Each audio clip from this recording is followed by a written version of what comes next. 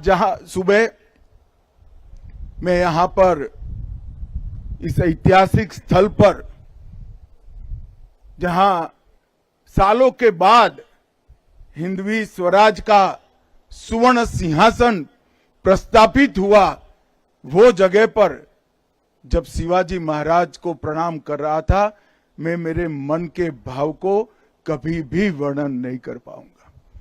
मैं उस व्यक्ति के ऐतिहासिक राज्यसभा में खड़ा हुआ था जिसने हिंदुस्तान के कण कण में स्वधर्म के लिए, स्वभाषा के लिए, स्वराज के लिए मरने की एक अमर जिजीविषा पैदा करने का काम किया। और देखते देखते देखते चारों ओर आदिलशाही, मुगलशाही, निजामशाही से घिरा हुआ ये महाराष्ट्र हिंदवी स्वराज में बदल गया और कुछ ही सालों में यहां से अटक से कटक तक, बंगाल तक, दक्षिण में तमिलनाडु तक, गुजरात समेत समग्र देश को स्वराज का स्वप्न सफल होता हुआ दिखाई पड़ा। शिवाजी महाराज का जब जन्म हुआ तब उस वक्त घोर अंधकार के अंदर समग्र देश की जनता डूबी हुई थी। किसी के मन में स्वराज की कल्पना आना भी दुष्कर था। इस प्रकार का वातावरण था।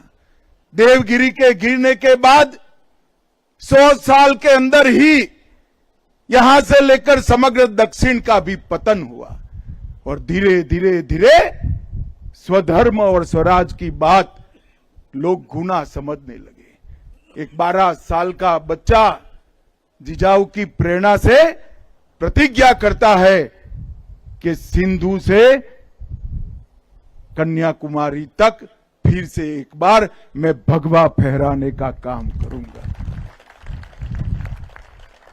मैंने आज तक दुनिया के कई नायकों के जीवन चरित्र पढ़े हैं, मगर ऐसी दृढ़ इच्छा शक्ति, अदम्य साहस, अकल्पनीय रणनीति और रणनीति को पूरी करने के लिए समाज के हर वर्ग को साथ में जोड़कर एक अपराजित सेना का निर्माण करना शिव छत्रपति के सिवा किसी ने नहीं किया है।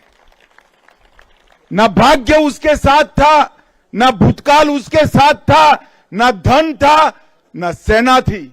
एक बच्चा अपने अदम्य साहस और संकल्प के साथ पूरे देश को स्वराज का मंत्र देकर गया और देखते देखते देखते 200 साल से चल रही मुगल शाही को चकनाचूर कर कर देश को स्वतंत्र कराने का काम किया।